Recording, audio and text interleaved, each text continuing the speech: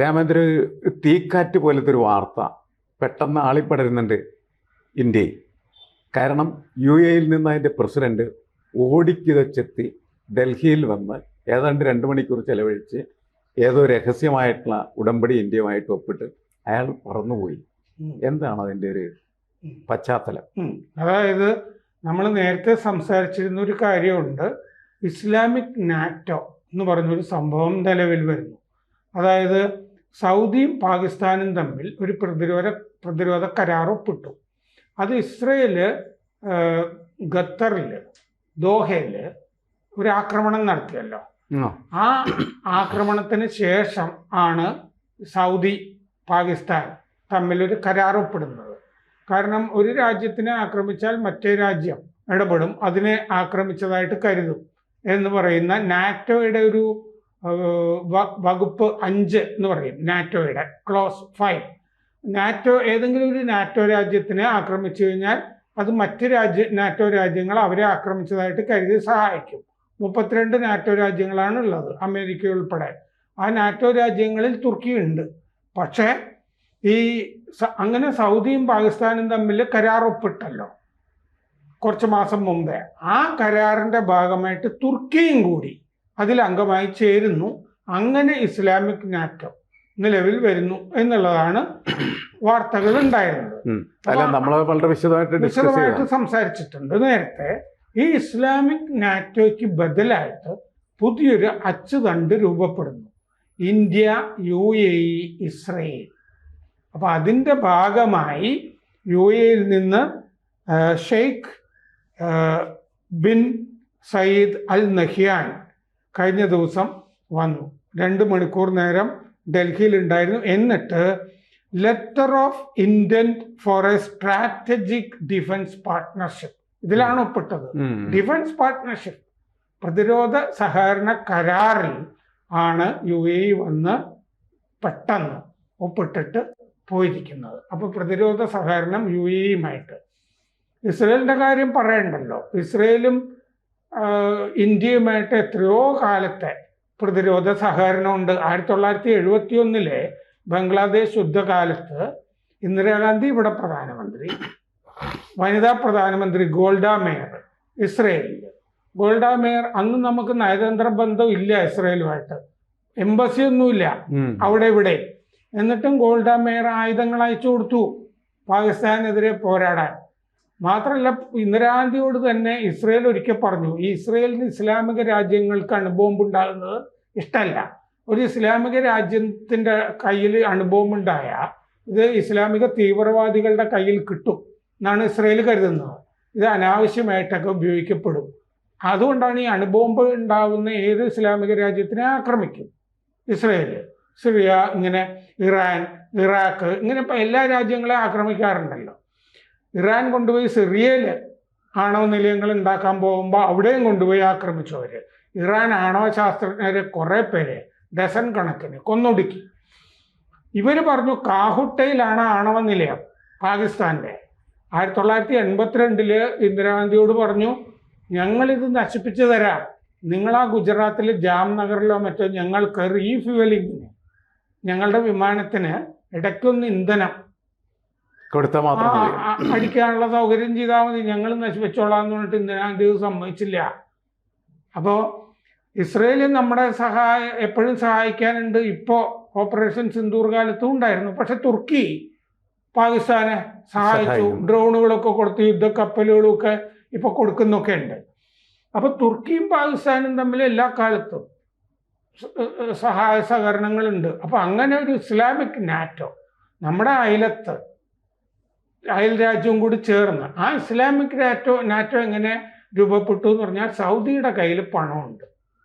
പാകിസ്ഥാൻ ആണ് അണുബോംബുള്ള ഏക ഇസ്ലാമിക രാജ്യം. അതാണ് പാകിസ്ഥാൻ ഇസ്ലാമിക രാജ്യത്ത് പാകിസ്ഥാനുള്ള പ്രാധാന്യം. തുർക്കിക്കാണെങ്കിൽ പ്രതിരോധ രംഗത്ത് വലിയ മുന്നേറ്റമുണ്ട്. ആയുധങ്ങൾ, ഡ്രോണുകൾ, ഇതൊക്കെ മിസൈലുകൾ ഇതൊക്കെ ഉണ്ടാക്കുന്ന ഒരു രാജ്യമാണ് തുർക്കി. അങ്ങനെയാണ് അത് ആ ഇസ്ലാമിക നാറ്റോ രൂപപ്പെട്ടത്. ഇതിനെ സംബന്ധിച്ച് UAE-ക്ക് ആശങ്കയുണ്ട്. UAE സൗദി ആധിപത്യത്തിനെ ഭയക്കുന്നുണ്ട്. അതുകൊണ്ട് അവർ തമ്മിലൊരു ബന്ധത്തിലൊരു മരവിപ്പ്, തണുപ്പ് ഉണ്ട്. അവർ അബ്രഹാം അക്കോർഡിൽ ഒപ്പിട്ടിട്ടുണ്ട്. ഇസ്രായേലുമായിട്ട് സഹകരിച്ചു പോകുന്ന കരാറിൽ അമേരിക്കയുടെ സമ്മർദ്ദത്തിന് വഴങ്ങി UAE ഒപ്പിട്ടിട്ടുമുണ്ട്. അപ്പോൾ UAE സൗദി വിരുദ്ധ ശക്തിയായിട്ടാണ് നിലകൊള്ളുന്നത്. അതാണ് ഇപ്പോൾ ഇസ്രയേലും ഇന്ത്യയും ചേർന്ന അച്ചുതണ്ടിൻ്റെ ഭാഗമായി UAE വരുന്നത്. ഇതിപ്പോൾ അറബ് രാജ്യങ്ങൾക്കിടയിൽ, ഇസ്ലാമിക രാജ്യങ്ങൾക്കിടയിൽ വലിയൊരു മാറ്റമാണ് ഈ ഓടിക്കതച്ച് 2 മണിക്കൂർ വന്നതുകൊണ്ട് ഉണ്ടായിരിക്കുന്നത്. അല്ല, അത് ഉണ്ടാക്കാൻ പ്രധാനപ്പെട്ട കാരണം മറ്റ് പ്രശ്നങ്ങളിലേക്ക് പോകുന്നതിന് മുമ്പ് ഇതിങ്ങനെയാണ് എന്നും ഇന്ത്യ അവരുടെ ഒപ്പം നിൽക്കുന്നു എന്ന് വരുത്തി തീർക്കാൻ കൂടിയല്ലോ. ആഗോള വലിയ രാജ്യങ്ങൾ ഞങ്ങളുടെ കൂടെ ഉണ്ട് എന്നുള്ളത് സൗദിയെ ബോധ്യപ്പെടുത്തുകയാണല്ലോ. അപ്പോൾ ഇതിൻ്റെ അകത്ത് തുർക്കി ഈ നാറ്റോയിൽ അംഗമാണ്. അതേസമയം നാറ്റോയിലെ 2ാമത്തെ വലിയ സേനയുള്ള രാജ്യവുമാണ് തുർക്കി, അമേരിക്ക കഴിഞ്ഞാൽ നാറ്റോ രാജ്യങ്ങളിൽ. അപ്പോൾ ഇതുപോലെ ഓപ്പറേഷൻ സിന്ദൂർ കാലത്ത് തുർക്കി പാകിസ്ഥാനെ സഹായിച്ചു. സൗദിക്ക് ഒരു അണുശക്തി ആകണം എന്നുള്ള ആഗ്രഹമുണ്ട്. പാകിസ്ഥാൻ സഹായിച്ചാൽ കൊള്ളാം എന്നുള്ള ആഗ്രഹമുണ്ട്. അപ്പോൾ UAEയുമായി സൗദിക്ക് ഇപ്പോൾ വലിയ തണുത്ത മരവിച്ച ബന്ധമാണുള്ളത്. 19-ാം തീയതിയാണ് UAEയുടെ president Sheikh bin Zayed Al Nahyan 2 മണിക്കൂർ നേരത്തേക്ക് വന്നത്.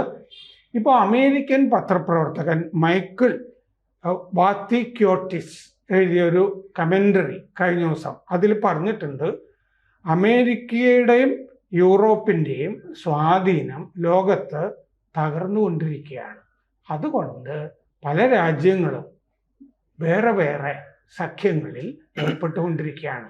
അമേരിക്കയെ നമ്പിയോ യൂറോപ്യൻ രാജ്യങ്ങളെ നമ്പിയോ മറ്റ് രാജ്യങ്ങൾക്കിനി കാലം കഴിക്കാൻ പറ്റില്ല.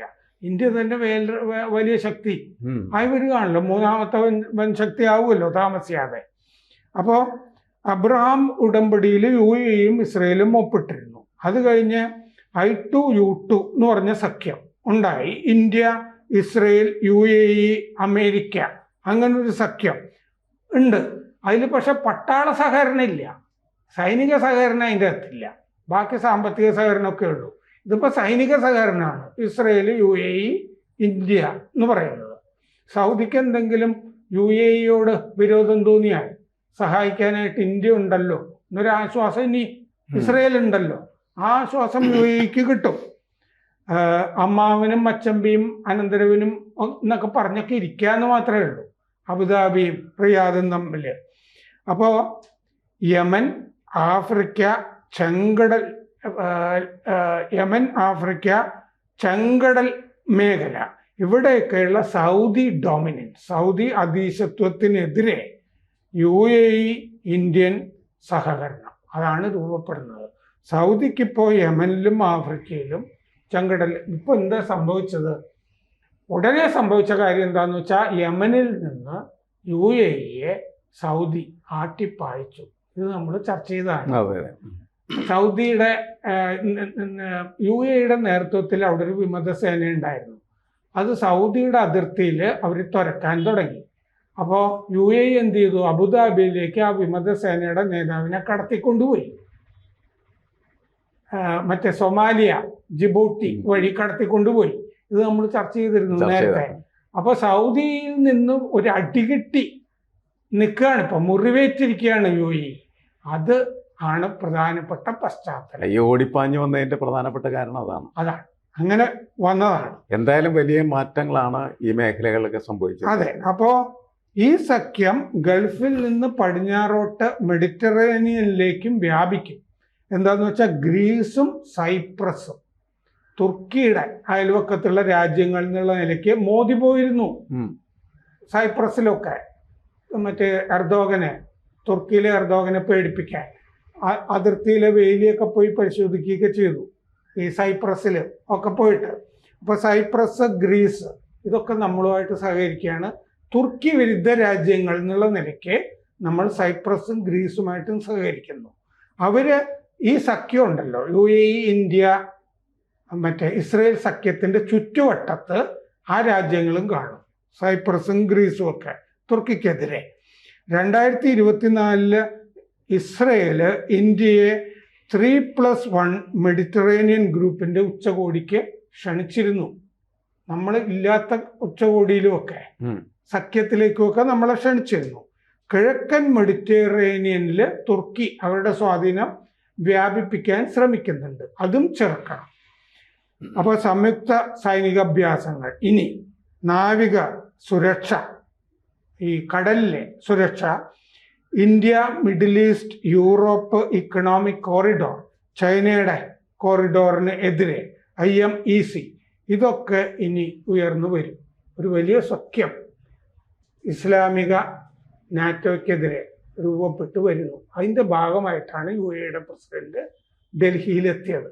അത് അങ്ങനെ ആളുകൾ ശ്രദ്ധിച്ചിട്ടില്ല, നമ്മുടെ മാധ്യമങ്ങളും ശ്രദ്ധിച്ചില്ല. നമുക്ക് ഇത് സ്വാഭാവികമായിട്ടും ഈ കാര്യങ്ങൾ നമുക്ക് നമ്മുടെ ഓഡിയൻസിനെ അറിയിക്കാന്നുള്ളതാണ്. അതെ. കൂടുതൽ വാർത്തകളും വിശേഷങ്ങളും നിങ്ങളിലേക്ക് എത്താൻ ABC മലയാളം സബ്സ്ക്രൈബ് ചെയ്യുക, ബെൽബട്ടനും അമർത്തുക.